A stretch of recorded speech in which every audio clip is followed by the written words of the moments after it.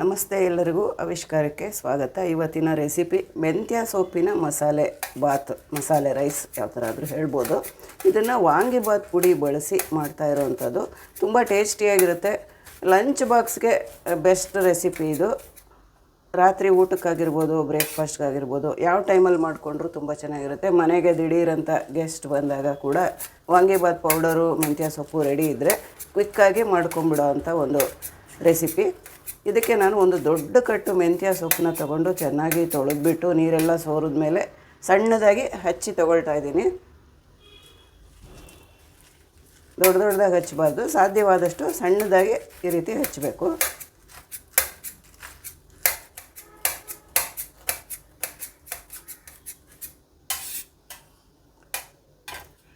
ಮೆಂತ್ಯ ಸೊಪ್ಪೆಲ್ಲ ಹಚ್ಚಿದ್ದಾಯಿತು. ಈಗ ಒಗ್ಗರಣೆಗೆ ರೆಡಿ ಮಾಡ್ಕೊಳ್ಳೋಣ.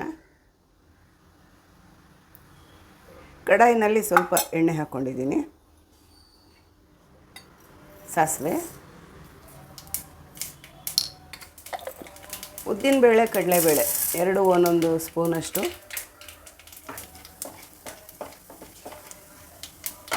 ಕರಿಬೇವಿನ ಸೊಪ್ಪು, ಈರುಳ್ಳಿ ಎರಡು ಮೀಡಿಯಮ್ ಸೈಜ್ ಈರುಳ್ಳಿ,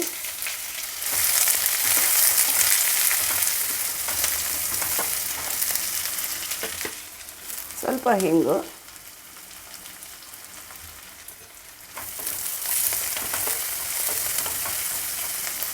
ಬಟಾಣಿ, ಫ್ರೋಝನ್ ಬಟಾಣಿ ಹಾಕ್ತಾಯಿದ್ದೀನಿ. ಬಟಾಣಿ ಆಪ್ಷನಲ್ಲು ಇದ್ದರೆ ಹಾಕ್ಕೊಳ್ಬೋದು, ಇಲ್ಲದೇ ಇದ್ದರೆ ಹಾಗೆ ಕೂಡ ಮಾಡ್ಬೋದು. ಕಡೆಯಲ್ಲಿ ಗೋಡಂಬಿನ ಸ್ವಲ್ಪ ಕರೆದ್ಬಿಟ್ಟು ಸೇರಿಸ್ಬೋದು.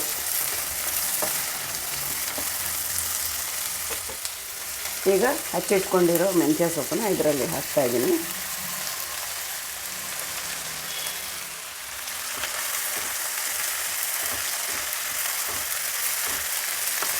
ಈಗ ಒಗ್ಗರಣೆಯಲ್ಲೇ ಎಲ್ಲ ಚೆನ್ನಾಗಿ ಬೇಯಬೇಕು ಮೆಂತ್ಯ ಸೊಪ್ಪು, ನೀರೆಲ್ಲ ಸೇರಿಸಬಾರ್ದು. ಸ್ವಲ್ಪ ಮೀಡಿಯಮ್ ಫ್ಲೇಮಲ್ಲಿ ಇಟ್ಕೊಂಡು ಕೈ ಆಡಿಸ್ತಾ ನಿಧಾನಕ್ಕೆ ಚೆನ್ನಾಗಿ ಫ್ರೈ ಮಾಡಬೇಕು.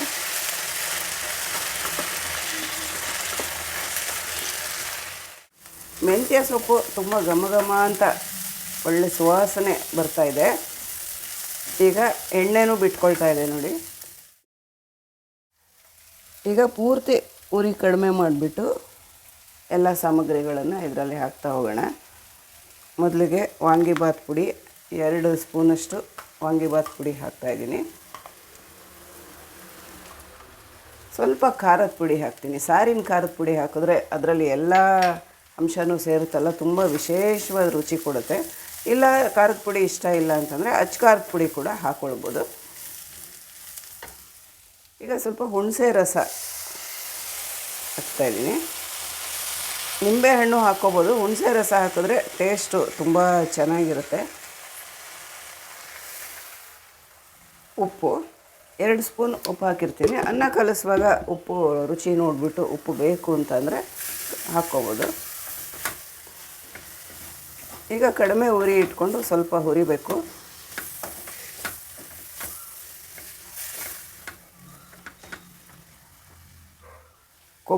ಕೊಬ್ಬರಿ ತುರಿನ ಹಾಕ್ತಾಯಿದ್ದೀನಿ.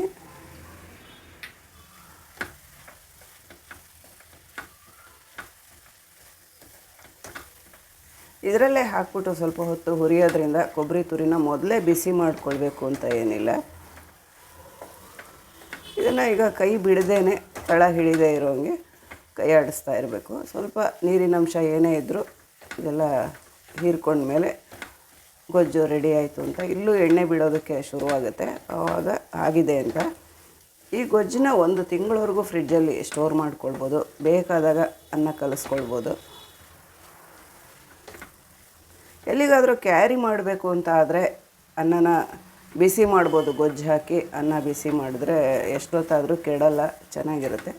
ತಕ್ಷಣಕ್ಕೆ ತಿನ್ನೋದಕ್ಕೆ ಅನ್ನ ಹಾಕಿಬಿಟ್ಟು ಕಲಸಿದನ್ನ ಥರ ಅನ್ನಕ್ಕೆ ಗೊಜ್ಜು ಹಾಕಿ ಕಲಿಸ್ಕೊಂಡು ತಿನ್ಬೋದು. ಯಾವ ಥರ ಮಾಡಿದ್ರೂ ಟೇಸ್ಟ್ಗೇನು ಮೋಸ ಇಲ್ಲ. ತುಂಬ ಅಂದರೆ ತುಂಬ ಟೇಸ್ಟಿಯಾಗಿರುತ್ತೆ. ಫುಲ್ಲು ಗಟ್ಟಿಯಾಗಿದೆ ಗೊಜ್ಜು. ಎಣ್ಣೆ ಎಲ್ಲ ನೋಡಿ ಲೈಟಾಗಿ ಬಿಟ್ಕೊಳ್ತಾ ಇದೆ. ಈಗ ಇದು ಆಗಿದೆ. ಸ್ಟವ್ ಆಫ್ ಮಾಡ್ತಾಯಿದ್ದೀನಿ. ಇದಕ್ಕೆ ಮೇಲೆ ಕೊತ್ತಂಬರಿ ಸೊಪ್ಪು ಏನೋ ಹಾಕೋ ಅವಶ್ಯಕತೆ ಇಲ್ಲ, ಯಾಕೆಂದರೆ ಮೆಂತ್ಯ ಸೊಪ್ಪು ಬಳಸಿನೇ ನಾವು ಮಾಡಿರೋದ್ರಿಂದ. ಕೊತ್ತಂಬರಿ ಸೊಪ್ಪು ಬಳಸೋ ಅವಶ್ಯಕತೆ ಇಲ್ಲ. ಈಗ ಅನ್ನ ಮೊದಲೇ ರೆಡಿ ಮಾಡಿಕೊಂಡು ತಣ್ಣಗಾಗೋದಕ್ಕೆ ಬಿಟ್ಟಿದ್ದೀನಿ. ಅನ್ನಕ್ಕೆ ಕಲಸೋಣ ಗೊಜ್ಜು ಹಾಕಿ. ಅನ್ನನ ಮೊದಲೇ ಉದ್ರುದ್ರಾಗಿ ರೆಡಿ ಮಾಡಿಕೊಂಡು ಒಂದು ಪ್ಲೇಟಲ್ಲಿ ಹಾಕಿ ತಣ್ಣಗಾಗೋದಕ್ಕೆ ಬಿಟ್ಟಿದ್ದೆ. ಈಗ ಗೊಜ್ಜು ಹಾಕ್ಬಿಟ್ಟು ಅನ್ನ ಕಲಸೋಣ.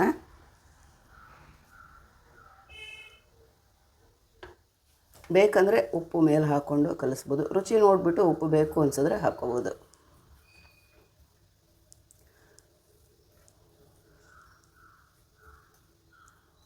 ಇನ್ನು ಸ್ವಲ್ಪ ಗೊಜ್ಜು ಹಿಡಿಸುತ್ತೆ, ಇನ್ನೊಂಚೂರು ಹಾಕ್ಕೊಳ್ತೀನಿ.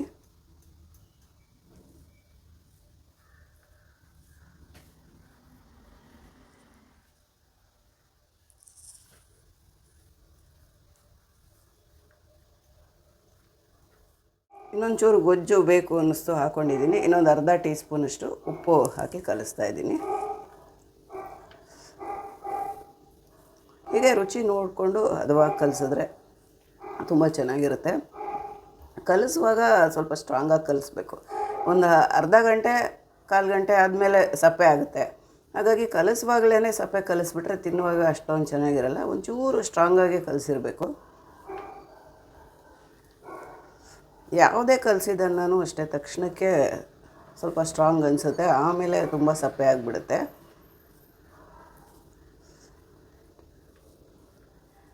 ಮೆಂತ್ಯ ಸೊಪ್ಪಿನ ಮಸಾಲೆ ರೈಸ್ ರೆಡಿ ಆಯಿತು.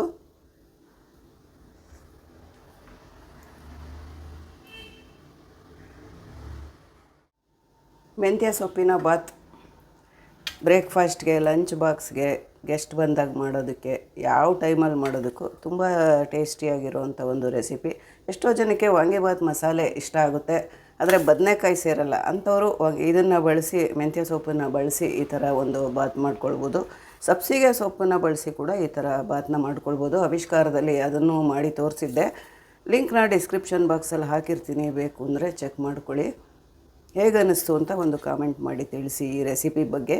ಹಾಗೆ ಒಂದು ಲೈಕ್ ಕೊಡೋದನ್ನು ಮರಿಬೇಡಿ. ಚಾನಲ್ನ ನೀವೇನು ಸಬ್ಸ್ಕ್ರೈಬ್ ಮಾಡದೇ ಇದ್ದರೆ ದಯವಿಟ್ಟು ಸಬ್ಸ್ಕ್ರೈಬ್ ಮಾಡ್ಕೊಳ್ಳಿ. ಇಂಥದ್ದೇ ಯೂನಿಕ್ ರೆಸಿಪಿಗಳೊಂದಿಗೆ ಮತ್ತೆ ಸಿಗ್ತಾಯಿದ್ದೀನಿ.